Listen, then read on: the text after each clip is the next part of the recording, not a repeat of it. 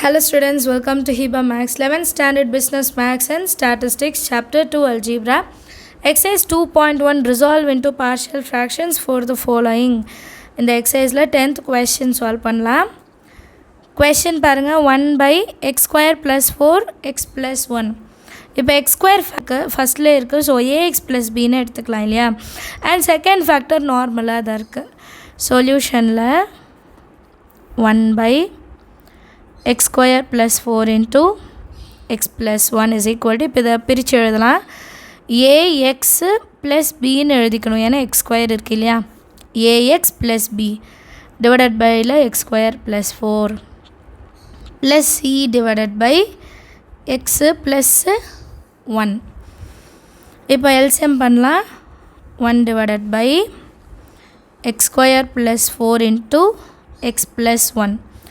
So cross multiple பண்ணுங்க. ax plus b into x plus 1 plus c into x square plus 4. denominatorல x square plus 4 ஒன்றும் x plus 1 இது ரெண்டும் இருக்கா. denominator cancel பண்ணிட்டு இப்போ numerator மட்டும் சேர்த்து எழுதிக்கலாமா. 1 is equal to ax plus b into x plus 1 plus c into x square plus 4. இது நம்மளோட ஃபர்ஸ்ட் ஈக்குவேஷனாக எடுத்துக்கலாம், சரியா.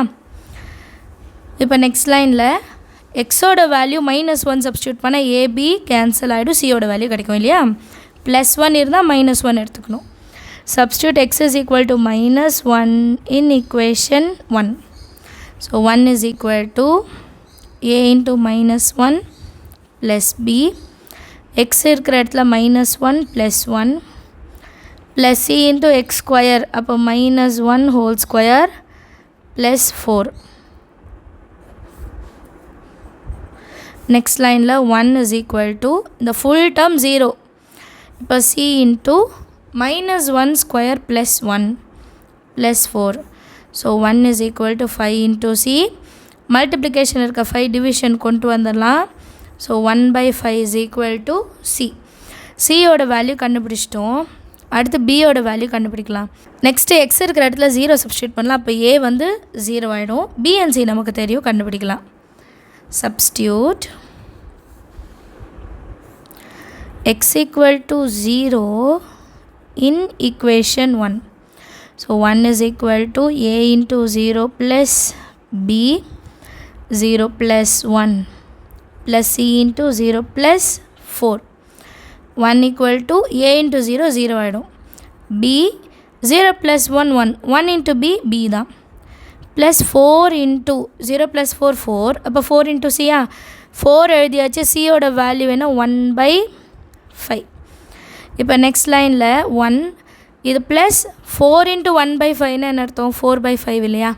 ஸோ ப்ளஸ் 4 by 5 நான் ஈக்குவல் டு அதர் சைடு கொண்டு போனால் என்ன ஆகிடும், -4 by 5 is equal to b.